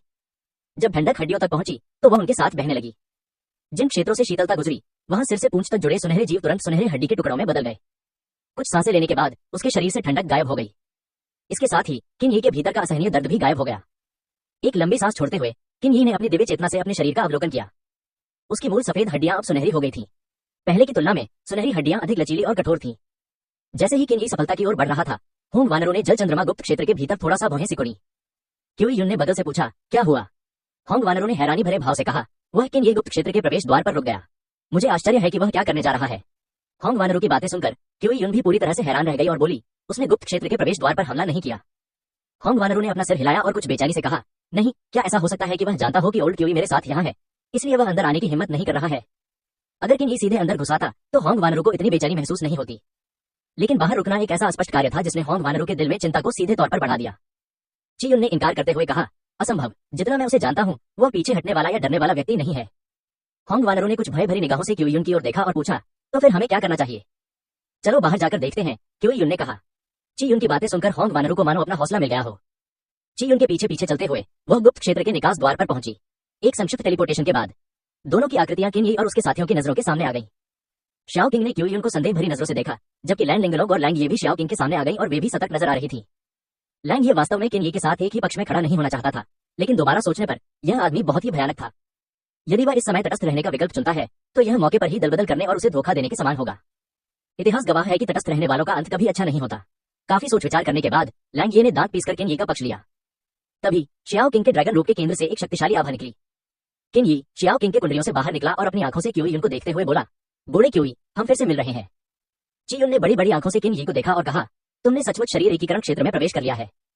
ची युन की बातें सुनकर होंग वानरों के पैर कांपने लगे और वह लगभग जमीन पर गिरने ही वाली थी। होंग वानरों की आंखें धुंधली हो गईं जब उसने सोचा वह इतनी जल्दी कैसे सफलता हासिल कर सकता है। आगे बढ़ने से पहले किन ये ने फायर क्लाउड सीक्रेट दायरे और कुंडुन सीक्रेट दायरे को पहले ही नष्ट कर दिया था। अब जबकि उसने देह एकीकरण की अवस्था प्राप्त कर ली थी, होंग वानरों का हृदय उदासी से भर गया था और उसने की युन को विनती भरी निगाहों से देखा। अब उसने अपनी सारी उम्मीदें ची युन पर टिका दी। किन ये ने होंग वानरों की ओर एक नजर डाली, उसकी आंखों में हत्या का इरादा झलक रहा था। फिर वह क्यूई युन की ओर मुड़ा और बोला, बूढ़े क्यूई, ऐसा लगता है कि हम कुछ ज्यादा ही बार मिल रहे हैं। क्यूई युन ने स्पष्ट रूप से किन ये के स्वर में असंतोष महसूस किया और शर्मिंदा मुस्कान के साथ कहा, मैं भी छोटी दोस्त किन से इतनी बार नहीं मिलना चाहती, लेकिन दुर्भाग्य से मैं इतनी बूढ़ी हो चुकी हूँ कि युवा पीढ़ी के अनुरोधों का विरोध नहीं कर सकती। क्या छोटी सहेली किन को होंग वानरों को मारना ही होगा, या क्या वह गुप्त क्षेत्र आपको सौंपकर मृत्यु से बच सकती है? किन ये के लहजे में बातचीत की कोई गुंजाइश नहीं थी। उस व्यक्ति को मरना ही होगा और मुझे गुप्त क्षेत्र भी चाहिए। किन ये के स्पष्ट शब्दों को सुनकर क्यूई युन ने होंग वानरों की ओर मुड़कर कहा, मैंने अपनी पूरी कोशिश की है। होंग वानरों तुरंत अचंभित हो गई। तुमने किन ये से सिर्फ 2 वाक्य कहे और इसे अपना सर्वश्रेष्ठ प्रयास माना जाता है। किन ये के बोलने के बाद आपने बहस करने की कोशिश भी नहीं की। इस समय होंग वानरों का दिल बिल्कुल दिवंगत हुआ गानियन जैसा था। उसने सचमुच क्यूई युन के शब्दों में देखा का अर्थ अनुभव किया था। उसने इसका पूर्ण अनुभव किया। होंग वानरू से ये कहने के बाद क्योई यून मुड़कर जाने लगी और जाने से पहले किन यी से ये कहना नहीं भूली, मेरे प्यारे मित्र किन, तुमने मुझसे जो वादा किया था कि ब्लू स्टार साधना प्रणाली को आगे बढ़ाया जाएगा, उसे याद रखना, अपना वादा मत तोड़ना। ऐसे बौद्ध ची यून का सामना करते हुए किन ये भी स्तब्ध रह गया और उसने भावहीन होकर उत्तर दिया, निश्चित रूप से। लैंड लिंगलोंग, जिसने स्वयं 2 बार क्योई यून द्वारा उनके रास्ते में बाधा डालने का अनुभव किया था, पूरी तरह से अचंभित थी। जब शियाओ किंग ने ची यून को इतनी आसानी से जाते देखा तो उसकी ड्रैगन जैसी आंखें भी चौड़ी हो गईं। बाहरी लोग तो ऐसे ही थे, उस व्यक्ति की तो बात ही छोड़िए जो इस मामले में शामिल था। होंग वानरू जमीन पर गिर पड़ी, उसकी आंखें बेजान हो गईं। काफी देर बाद उसने ची यून को देखा जो आकाश में गायब होने ही वाला था, और फिर उसे होश आया और वह जोर से चिल्लाई, अंकल क्यूई, आपने मेरी मां से वादा किया था। ची यून की उड़ती हुई आकृति रुकी, आह भरी और जितनी जल्दी हो सके वापस उड़ने के लिए मुड़ गई। होंग वानरू के पास आकर उसने उसे उठने में मदद की। अपने पीछे होंग वानरू की रक्षा करते हुए उसकी निगाहें इधर उधर भटकती रहीं और उसने किन यी को देखा मानो वह यादों में खो गया हो। 2 सांसें लेने के बाद क्योई यून को होश आया, उसके चेहरे पर बेबसी का भाव था। मैंने छोटे दोस्त किन को हंसा दिया। किन यी ने एक कदम आगे बढ़ाया और किलिंग लाइफ ब्लेड को बाहर निकाला। बूढ़े क्यूई, आपका इससे क्या मतलब है? क्यूई यून ने बिना कुछ बोले कड़वी मुस्कान दी, लेकिन उसने अपने पीछे होंग वानरू की दृढ़ता से रक्षा की। यह देखकर किन यी क्यूई यून का मतलब समझ गया और बोला, ऐसा लगता है कि आज हम दोनों को लड़ना पड़ेगा। शरीर एकीकरण क्षेत्र में प्रवेश करने के बाद तुम मेरे पहले प्रतिद्वंद्वी हो। देखते हैं कि ब्लू स्टार का शरीर एकीकरण क्षेत्र कितना शक्तिशाली है। ची यून ने हाथ बढ़ाया और उसके हाथ में एक लंबी तलवार प्रकट हो गई। धीरे धीरे तलवार निकालते हुए क्यूई यून ने गंभीरता से कहा, क्यूई यून, शू पर्वत के 36वीं पीढ़ी के शिष्य, कृपया मुझे ज्ञान प्रदान करें। क्यूई यून की पहचान जानकर किन यी सचमुच हैरान रह गया। लान लिंगलोग ने अविश्वास से अपना छोटा सा मुंह खोला और कहा, क्या शू पर्वत की विरासत हजारों साल पहले समाप्त नहीं हो गई थी? ची यून ने लैंड लिंगलोग की ओर प्रशंसा भरी नजरों से देखा, छोटी बच्ची, तुम काफी कुछ जानती हो। शू पर्वत की विरासत सही तौर पर सचमुच खत्म हो चुकी है। इन हजारों वर्षों में शू पर्वत चुपचाप अंधेरे में विकसित होता रहा है और शिष्यों की संख्या धीरे धीरे कम होती गई है। शू पर्वत की तकनीकों में प्रवेश करना कठिन है और साधना करना तो और भी कठिन है, इसलिए मेरी पीढ़ी में केवल मैं ही बचा हूँ। यदि मैं मर गया तो शू पर्वत की विरासत पूरी तरह से समाप्त हो जाएगी। ची यून ने तलवार पकड़ी और दूर से किन यी की ओर इशारा करते हुए कहा, मेरे हाथ में ताया तलवार है जो शू पर्वत में पीढ़ी दर पीढ़ी चली आ रही संप्रदाय प्रमुख की निशानी है। इसका दर्जा अज्ञात है। कहा जाता है कि शू पर्वत के संस्थापक ने संप्रदाय की स्थापना के बाद इसे यहीं छोड़ दिया था। मांग शू संप्रदाय तलवारबाजी पर केंद्रित है। प्रत्येक शिष्य का अंतिम लक्ष्य समान स्तर के आक्रमण में अजेय महान तलवार अमर बनना है। नन्हे मित्र किन, सावधान रहना। किन यी ने अपनी उंगलियों से किलिंग लाइफ ब्लेड की धार को रगड़ा, किसी भी समय हमला करने की तैयारी करते हुए कहा, किलिंग लाइफ ब्लेड एक तेज धार वाला ब्लेड जो मारने के लिए ही बना है। मैं जिस किलिंग लाइफ ब्लेड तकनीक का इस्तेमाल करता हूँ उसे खास तौर पर हत्या करने के लिए इसी ब्लेड से बनाया गया है। मैंने ऐसा कोई हथियार नहीं देखा जो इसके बराबर का हो। कृपया अपना सर्वश्रेष्ठ प्रदर्शन करें, ओल्ड जी। कि यून ने किन यी के हाथ में बिना ढाल वाली किलिंग लाइफ ब्लेड को देखा और धीमी आवाज में कहा, कितनी प्रभावशाली तलवार है। ये तलवार हत्या की भावना से भरी हुई है। मुझे यहाँ से खून की गंध आ रही है। मेरे प्यारे दोस्त किन, तुम दिन भर इस दुष्ट तलवार के साथ रहते हो, लेकिन तुमने अपना मानसिक संतुलन नहीं खोया है। यह वाकई अविश्वसनीय है। माउंट शू तलवारबाजी तलवार नियंत्रण तकनीक। ची यून ने अपने हाथ में मौजूद ताया तलवार को छोड़ दिया और ताया तलवार ने अपनी धार घुमाई और तेजी से किन यी पर हमला कर दिया। जीवन का संहार नरसंहार। किन यी ने तीव्र गति से कंपन करने वाली किलिंग लाइफ ब्लेड को पकड़ा और ताया तलवार का सीधे सामना किया। क्लैंग। ब्लेडों के सिरे आपस में टकराए जिससे धातु के टकराने की आवाज आई। ताया तलवार जरा भी पीछे नहीं हटी, उसकी धार किलिंग लाइफ ब्लेड की धार से टकराई और किन यी की ओर वार किया। ताया तलवार किलिंग लाइफ ब्लेड से टकराई, चारों ओर चिंगारियां उड़ने लगी, साथ ही एक तीखी आवाज आई जिससे लोगों के रोंगटे खड़े हो गए। ये देखकर कि तलवार की नोक किन यी को भेदने ही वाली थी। किन यी चिल्लाया, कंपन करो। अपनी सारी शक्ति को किलिंग लाइफ ब्लेड पर केंद्रित करते हुए किलिंग लाइफ ब्लेड प्रति सेकंड 100,000 बार की आश्चर्यजनक आवृत्ति पर कंपन करने लगा और ताई आ तलवार को झटकने की कोशिश करने लगा। ताया तलवार अपनी जगह पर स्थिर रही, उसका ब्लेड किलिंग लाइफ ब्लेड से चुंबक की तरह चिपक गया। किलिंग लाइफ ब्लेड से रगड़ खाते हुए लगातार किन यी की ओर वार करता रहा। किन यी का व्यवहार देखकर क्यूई यून ने गर्व से कहा, छोटे दोस्त किन, मेरी शू पर्वत की तलवारबाजी की शक्ति कैसी है? किन यी ने ताया तलवार के हमले का प्रतिरोध करते हुए कहा, इनकी शक्ति समान स्तर के योद्धाओं को भी मात देने के लिए काफी है। मेरा एक सवाल है, ये दोनों ही तलवारबाजी की तकनीकें हैं, फिर भी माउंट शू की तलवारबाजी इतनी शक्तिशाली क्यों है, जो उड़ने वाली तलवारों से कहीं अधिक है? किन यी ने एक से अधिक बार उड़ती हुई तलवारों के हमलों का सामना किया था, लेकिन उनमें से किसी ने भी किन यी को इस बार जितना मुश्किल महसूस नहीं कराया था। किन यी द्वारा उड़ने वाली तलवार का जिक्र करते हुए सुनकर क्यूई यून ने तिरस्कार पूर्वक कहा, मेरी माउंट शू तलवारबाजी की तुलना उन साधारण उड़ने वाली तलवारों से कैसे की जा सकती है? हम जो साधक उड़ने वाली तलवारों का इस्तेमाल करते हैं उन्हें तलवारबाज बिल्कुल नहीं माना जाता। वे तलवार का इस्तेमाल करके तलवार का अपमान कर रहे हैं। एक सच्चे तलवारबाज के पास तलवार जैसा हृदय, तलवार जैसा साहस और तलवार जैसा इरादा होना चाहिए। ये चीजें क्या हैं? उनके हाथों में तलवार एक जलती हुई लकड़ी की तरह होती है जिस पर कोई नियम नहीं होते। ची यून के भाषण के दौरान ताया तलवार लगातार आगे की ओर वार करती रही और अब किन यी के गले से 5 सेंटीमीटर से भी कम दूरी पर थी। ची यून ने अपने हाथ पीठ पीछे करके कहा, छोटे दोस्त किन, अगर तुम इस तलवार का सामना नहीं कर सकते तो कृपया होंग वानरू को जीवित रहने दो। इसी समय किन यी ने अपना बायां हाथ भी तलवार की मूठ पर रख दिया और एक हाथ से चाकू पकड़ने की बजाय दोनों हाथों से चाकू पकड़ने लगा। विरोध करने में असमर्थ, ऐसा कुछ नहीं होता बूढ़े ची, मैं होंग वानरू को मार डालूंगा। अब ध्यान से देखना। किन यी चिल्लाया, मेरे लिए खोलो। किन यी ने ताया तलवार से घायल हुई किलिंग लाइफ ब्लेड को पूरी तरह से बाहर निकाल लिया। फिर उसने किलिंग लाइफ ब्लेड को ऊपर उठाया और ताई आ तलवार के ब्लेड पर वार किया। जीवन का संहार नरसंहार। क्लैंग। जीवन का संहार नरसंहार। क्लैंग। जीवन का संहार नरसंहार। खटखट। महज कुछ ही सेकंड में किन यी ने सैकड़ों बार हमला किया। किन यी के बर्बर और हिंसक हमलों के बीच ताई आ तलवार से एक कराह सुनाई दी। झेंग। ताई आ तलवार की कराह सुनकर क्यूई युन ने ताई आ तलवार को वापस बुला लिया। ताई आ तलवार के ब्लेड में एक ऐसी दरार दिखाई दी जो नंगी आंखों से दिखाई नहीं दे रही थी। ची युन की आंखों में दर्द का भाव प्रकट हुआ और उसने अपनी उंगलियों से ताई आ तलवार को धीरे से सहलाया, मानो वह अपनी प्रेमिका को सहला रहा हो। किन यी को देखते हुए क्यूई युन ने कहा, छोटे मित्र किन, तुम्हारी तलवारबाजी बहुत अच्छी है। किन यी ने किलिंग नाइफ ब्लेड को वापस खींच लिया। उस भीषण प्रहार के बाद भी किलिंग नाइफ ब्लेड पहले की तरह ही तेज था और उस पर कोई दरार नहीं थी। एक ही चाल के बाद दोनों पक्षों के हथियारों की श्रेष्ठता तुरंत स्पष्ट हो गई। जैसे ही किन यी ने हमला जारी रखने की कोशिश की, अचानक आसमान में अंधेरा छा गया। अभी कुछ देर पहले तक जो आकाश साफ था वह अब काले बादलों से ढक गया था। काले बादलों से गरजने की आवाजें सुनाई दी। किन यी को ऐसा लगा मानो वह काले बादलों में घिरा हुआ हो और उसने अपने सिर के ऊपर छाए काले बादलों की ओर देखा। ची युन ने भी आकाश में छाए काले बादलों की ओर देखा। उसकी भौहें कभी खुलती तो कभी सिकुड़ती और वह बुदबुदाया, कुछ तो गड़बड़ है, असंभव, ऐसा कैसे हो सकता है। होंग वानरू ने क्यूई उनके पीछे से संदेह भरी निगाहों से पूछा, अंकल क्यूई, क्या हो रहा है। काले बादल और भी घने होते गए और आसमान में गरज सुनाई देने लगी। इस मुद्रा से ची युन को किसी बात का यकीन हो गया और उसने अविश्वास से कहा, कोई तो कष्टों से पार हो रहा है, लेकिन ब्लू स्टार में केवल मैं ही एकीकरण के चरण तक पहुंच पाया हूं। क्या वह पहाड़ों में रहने वाला कोई सन्यासी हो सकता है। असंभव, मुझे कैसे पता नहीं चला कि ऐसा कोई साधु भी है जो इतनी साधना करता है। यह वाकई अजीब है, आखिर यह व्यक्ति कौन है। ची युन के उलझन भरे शब्दों को सुनकर होंग वानरू के मन में एक खास तरह का विचार आने लगा।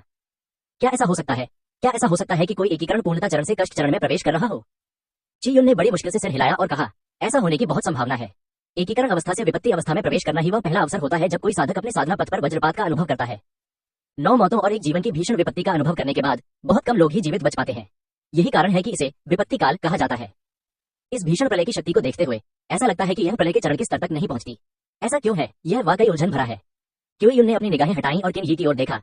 छोटे दोस्त किन, यहाँ कोई विपत्ति से पार हो रहा है, क्यों न हम यहीं रुकें और पहले इस व्यक्ति को विपत्ति से पार होते हुए देखें। यह भविष्य में आने वाली विपत्तियों से पार पाने में भी हमारे लिए बहुत सहायक होगा। दरार। पहली भीषण बिजली काले बादलों से उतरी और बाल्टी जितनी मोटी नीली बिजली की एक स्तंभ सीधे किन यी पर जा गिरी। कि उनकी आंखें मानो भूत देख लेने की तरह चौड़ी हो गई और उसने किन यी की ओर देखते हुए कहा, तुम। नीले रंग का बिजली का खंभा किन यी के और करीब आता जा रहा था। बूम। नीले रंग का बिजली का स्तंभ किन यी से टकराया और किन यी को केवल सुन्न और असहज महसूस हुआ। पहले सियान रंग के बिजली के स्तंभ की तीव्रता एकीकरण चरण में प्रवेश करने के बराबर थी। ची युन ने पहले वज्रपात को पार कर चुके किन यी को देखा और हकलाते हुए कहा, यह कैसे संभव है। शून्य शोधन चरण से एकीकरण चरण में प्रवेश करते समय वज्रपात होना तो बिल्कुल अनसुना है। मैंने बताया था कि मुझे क्यों लगता है कि अभी विपत्ति की शक्ति विपत्ति के चरण से थोड़ी कम है। अब मुझे समझ आ गया है, लेकिन इस तीव्रता पर भी यह ऐसी चीज नहीं है जिसे एकीकरण चरण सहन कर सके। ची युन की बातें सुनकर किन यी ने मन ही मन सोचा, मैं भी जानना चाहता हूं कि आखिर चल क्या रहा है। किन यी ने पूरी तरह से यह प्रदर्शित किया कि यदि आपको कुछ समझ में नहीं आता है तो पहले सिस्टम से पूछें, इस कहावत का क्या अर्थ है। उसने अपने दिल में बसी व्यवस्था को पुकारा और कहा, व्यवस्था बाहर आओ। सिस्टम की सुस्त आवाज ने कहा, मेरे कम समझदार मेजबान, आपको फिर से क्या समझ नहीं आ रहा है। आकाश में दूसरी भयंकर आपदा आने वाली है। किन यी के पास सिस्टम के नाम पर ध्यान देने का समय नहीं था और वह सीधे मुद्दे पर आ गया।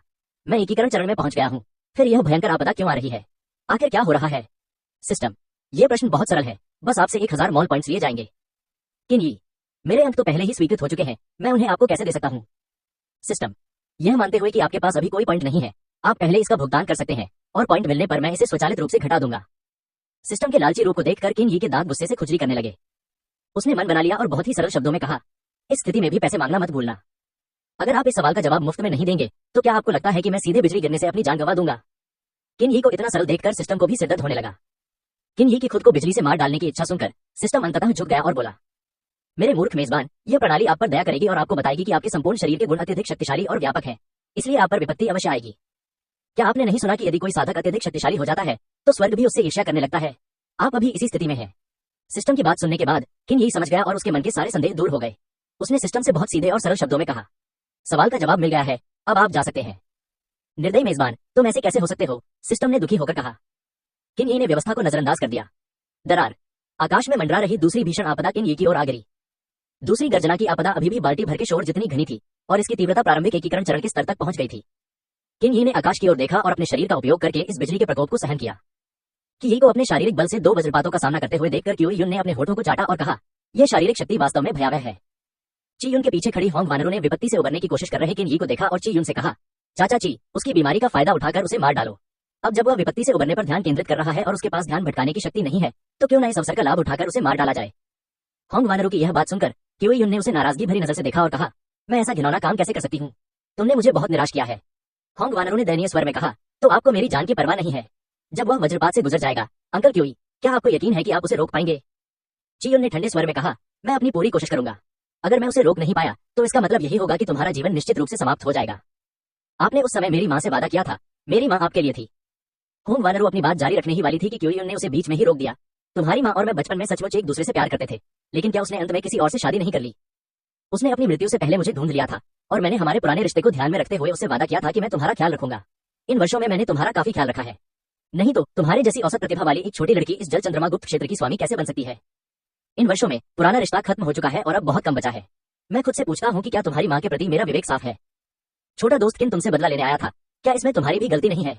अगर तुम और फायर क्लाउड सीक्रेट रियल्म और कुल्लून सीक्रेट रियल्म उस पर कब्जा करने की लालसा न रखते तो बात यहाँ तक कैसे पहुंचती? चियुन की बातें सुनकर होंग वानरू की आंखों में आक्रोश की झलक दिखाई दी और उसने अपना सिर नीचे कर लिया और बोलना बंद कर दिया। आकाश में तीसरी आपदा की बिजली को देखते हुए क्यूयुन ने मन ही मन सोचा, क्या यह विषम आपदा की बिजली हो सकती है? आकाश में तीसरी विपत्ति की बिजली तेजी से नीचे उतरी, जिसकी तीव्रता रिफाइनिंग वॉर्ड के प्रारंभिक चरण के चरम पर पहुंच गई। किलिंग ब्लेड को पकड़े हुए किन बुई ने आकाश की ओर देखा और चिल्लाया, शाबाश। उसने अपने पैरों के नीचे बल लगाया और तीसरी विपत्ति की बिजली की ओर उड़ गया। बूम! विपत्ति की बिजली ने किन बुई को जोरदार ढंग से नष्ट कर दिया। तीसरी विपत्ति की बिजली क्षीण हो गई और किन बुई के कपड़े तार तार हो गए। तीसरी विपत्ति की बिजली गिरने के बाद भी आकाश में छाए काले बादल छट नहीं पाए, बल्कि और अधिक एकत्रित होते चले गए। चियुन की आंखें सिकुड़ गईं और उसने आश्चर्य से कहा, क्या यह क्षैतिज 6 विपत्ति बिजली हो सकती है? एकीकरण क्षेत्र से संकट क्षेत्र में प्रवेश करते समय संकटकालीन बिजली की तीव्रता 1 से 9 तक भिन्न होती है। संकटकालीन बिजली साधक की नींव को प्रकट कर सकती है और उस साधना स्तर का अनुमान लगा सकती है जिसे संकट से गुजरने वाला व्यक्ति भविष्य में प्राप्त कर सकता है। एक विपत्ति बिजली मूलतः किसी भी क्षमता के अभाव का संकेत देती है। विपत्ति को मुश्किल से पार करने वाले व्यक्ति जीवन भर विपत्ति क्षेत्र में फंसे रहेंगे और आगे बढ़ने में असमर्थ रहेंगे। सबसे आम है 3 विपत्तियों वाली बिजली, जिसे विषम 3 विपत्तियों वाली बिजली के नाम से भी जाना जाता है। कहावत के अनुसार महान दाव में 39 है जो जीवन की एक झलक छोड़ जाते हैं। 39 एक विषम संख्या है और 3 भी एक विषम संख्या है, इसलिए इसका नाम है विषम 3 विपत्ति बिजली। ये संकटकालीन बिजली सबसे आम है और संकटकालीन अवस्था को पार करने वाले साधकों के लिए इसकी सफलता दर सबसे अधिक है। विषम 3 विपत्ति बिजली के ऊपर क्षैतिज 6 विपत्ति बिजली है, जिसका पूरा नाम है क्षैतिज मृत्यु 6 पथ विपत्ति बिजली। जो लोग हॉरिजॉन्टल 6 ट्रिब्यूलेशन लाइटनिंग को सक्रिय कर सकते हैं वे सभी असाधारण प्रतिभा के धनी हैं। यह खेदजनक है कि इस आपदाकालीन बिजली के सफल होने की दर बहुत कम है। 10 में से 4 लोगों का बच जाना भी अच्छा माना जाता है। 15 मिनट बाद चौथी आपदा की बिजली पूरी तरह से बन गई और किनबुई की ओर गिरी। चौथी विपत्ति की बिजली पिछली 3 से स्पष्ट रूप से भिन्न थी।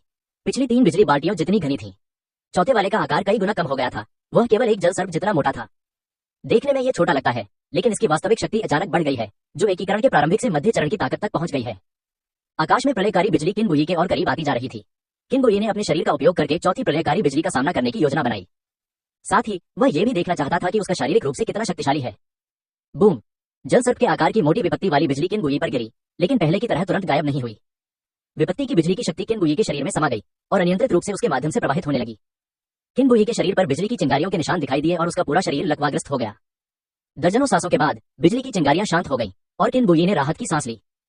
शारीरिक रक्षा तंत्र एकीकरण के मध्य चरण की आक्रमण तीव्रता तक पहुंच चुका है। सामान्य प्रारंभिक चरण के एकीकरण साधक मेरी रक्षा को भेद नहीं सकते। अभी अभी चियुन की तलवार को याद करते हुए किनबुई के शक्तिशाली शरीर को भी इसके प्रति सावधानी बरतनी पड़ी। शू माउंटेन स्वॉर्ड दाव पूरी तरह से योग्य है। समान श्रेणी के सबसे शक्तिशाली हमले की बात सिर्फ कहने की नहीं है। विपत्ति की बिजली अभी भी मंडरा रही थी और इस बार इसके मंडराने का समय पिछली 4 बार की तुलना में अधिक था। आधे घंटे बाद यह काले बादलों से नीचे आ गिरा। 5वीं विपत्ति की बिजली अभी भी पानी के सांप की तरह मोटी थी, लेकिन जैसे ही वह किनबुई पर गिरने वाली थी, अचानक पानी के सांप के आकार की मोटी विपत्ति वाली बिजली 2 विपत्ति वाली बिजली में विभाजित हो गई और किनबुई की ओर गिरने लगी। दूर से चियुन ने कहा, यह वास्तव में जुड़वा विपत्ति की बिजली है। होंग वानरू ने उलझन में पूछा, ट्विन ट्रिब्यूलेशन लाइटनिंग क्या है? चियुन ने आह भरी, छोटा दोस्त किन वाकई एक प्रतिभाशाली है। उसने इस तरह की विनाशकारी बिजली को जन्म दिया। फिर उन्होंने धैर्यपूर्वक समझाया, कुछ साधक अत्यधिक प्रतिभाशाली होते हैं, जिससे स्वर्ग में ईर्ष्या उत्पन्न होती है और 2 विनाशकारी बिजली एक ही समय में गिरती है, इसीलिए इसका नाम जुड़वा विनाशकारी बिजली पड़ा है। 2 विपत्तियों वाली बिजली का एक साथ गिरना उतना आसान नहीं है जितना कि 1 और 1 का योग 2 होता है। कई प्रतिभाशाली लोग इस दोहरी विपत्ति वाली बिजली के नीचे मर जाते हैं क्योंकि वे अप्रस्तुत होते हैं और अचानक से इस स्थिति में फंस जाते हैं। जब होंग वानरू ने सुना कि दोहरी आपदा की बिजली इतनी शक्तिशाली है तो उसकी आंखें चमक उठी। उसने किनबुई की ओर देखा और कामना की कि किनबुई आपदा की बिजली के प्रभाव में मर जाए। जब किनबुई ने एक ही समय में 2 विनाशकारी बिजली को अपनी ओर आते देखा तो उसका दिल भी कांप उठा। फिर उसने तुरंत अपने मन को स्थिर किया। विपत्ति के दौरान बेचैन रहना वास्तव में यह न जानने के बराबर है कि आपकी मृत्यु कैसे हुई। 5वीं और 6ठी विपत्ति की बिजली समान रूप से शक्तिशाली थी। दोनों ही एकीकरण के मध्य चरण के चरम पर थी। किनबुई ने अपनी सांस रोक ली, किलिंग ब्लेड पर अपनी पकड़ मजबूत की और चिल्लाया, हत्या कला नरसंहार। ठंडी चमकती हुई घातक तलवार को लहराते हुए वह उस विनाशकारी बिजली का सामना करने के लिए उड़ गया जो उसके करीब आती जा रही थी। किलिंग ब्लेड ने 2 विपत्तिकारी बिजली पर प्रहार किया और विपत्तिकारी बिजली का एक छोटा सा हिस्सा टूटकर अलग हो गया। किनबुई को इस बात की उम्मीद नहीं थी कि हमले के बाद विपत्ति की 2 बिजली किलिंग ब्लेड का पीछा करते हुए उसकी ओर बढ़ी। Boom boom! विपत्ति की बिजली किनबुई पर गिरी, जिससे 2 जोरदार आवाजें आईं। बिजली किनबुई के शरीर में प्रवेश कर गई और तबाही मचा दी। सैकड़ों सांसों के बाद किनबुई के शरीर में बिजली का प्रभाव समाप्त हो गया और उसके आंतरिक अंगों को गंभीर रूप से नुकसान पहुंचा। खांसी। किनबुई ने मुंह भरकर खून थूक दिया। 6 विपत्तियों वाली बिजली गिरने के बाद भी किनबुई के शरीर पर जकड़न की भावना दूर नहीं हुई। क्यूई किनबुई को विपत्ति से पार पाने पर बधाई देने ही वाली थी, लेकिन उसने पाया कि आकाश में मंडरा रहे विपत्ति के बादल छटने का कोई संकेत नहीं दिखा रहे थे। ची के मन में एक अविश्वसनीय विचार आया, क्या ऐसा हो सकता है? गड़गड़ाहट, गड़गड़ाहट, गड़गड़ाहट। विपत्ति के बादलों में गरज की आवाज पहले से कहीं अधिक तेज थी। क्यूई ने अंततः अपने मन में पुष्टि की, यह वास्तव में पौराणिक 9 ट्रिब्यूलेशन लाइटनिंग है। क्यूई ने किनबुई को अपनी आवाज सुनाई, छोटे मित्र किन, सावधान रहो, यह 9 गुना विपत्ति वाली बिजली है। किनबुई ने उत्तर दिया, एल्डर क्यूई, 9 ट्रिब्यूलेशन लाइटनिंग क्या है? ची ने कहा, 9 गुना विपत्ति बिजली, इसे पार करने वाले बहुत कम लोग हैं। इसे 9 मृत्यु और 1 जीवन कहा जा सकता है, इसलिए इसका नाम 9 गुना है। किनबुई ने जब यून की बातें सुनी तो उसने अपना सारा ध्यान विपत्ति के बादलों पर केंद्रित कर दिया। होंग वानरू ने देखा कि विपत्ति के बादल छट नहीं पाए हैं और उसने क्यूई से पूछा। क्यूई ने होंग वानरू से वही बात दोहराई जो उसने किनबुई से कही थी। होंग वानरू बेहद खुश थी। 9 गुना विपत्ति वाली बिजली, हाँ, देखते हैं तुम कैसे बच पाते हो। 1 घंटा बीत गया। अंत में 7वीं विपत्ति की बिजली गिरी। विपत्ति की बिजली का रूप फिर से बदल गया। विपत्ति के बादलों से उत्पन्न बिजली से बनी एक बिजली की तलवार ने किनबुई की ओर प्रहार किया। कला का संहार विनाश। 10,000 मीटर का एक गोलाकार चंद्रमा अचानक कहीं से प्रकट हुआ, जिसने गोलाकार चंद्रमा के केंद्र में स्थित विपत्ति की बिजली की तलवार को घेर लिया। गोल चंद्रमा के भीतर घने किलिंग ब्लेड के प्रेत संघनित हो गए। नहीं, काटना। किनबुई की तेज चीख के साथ घने किलिंग ब्लेड प्रेत विपत्ति बिजली की तलवार की ओर झपटे। क्लैंग, क्लैंग, खटखट। किलिंग ब्लेड के प्रेतों ने ट्रिब्यूलेशन लाइटनिंग स्वॉर्ड पर प्रहार किया, जिससे तीखे स्वर निकले। गोल चंद्रमा गायब हो गया और बिजली की शक्ति से भरी विपत्ति वाली बिजली की तलवार कुछ धुंधली सी दिखाई देने लगी। स्विश। बिना किसी बाधा के अगले ही क्षण किनबुई के सामने विपत्ति की बिजली की तलवार प्रकट हो गई। हत्या, कला, नरसंहार। तीव्र गति से कंपन करती हुई किलिंग ब्लेड ने विपत्ति की बिजली की तलवार की ओर वार किया। क्लैंग।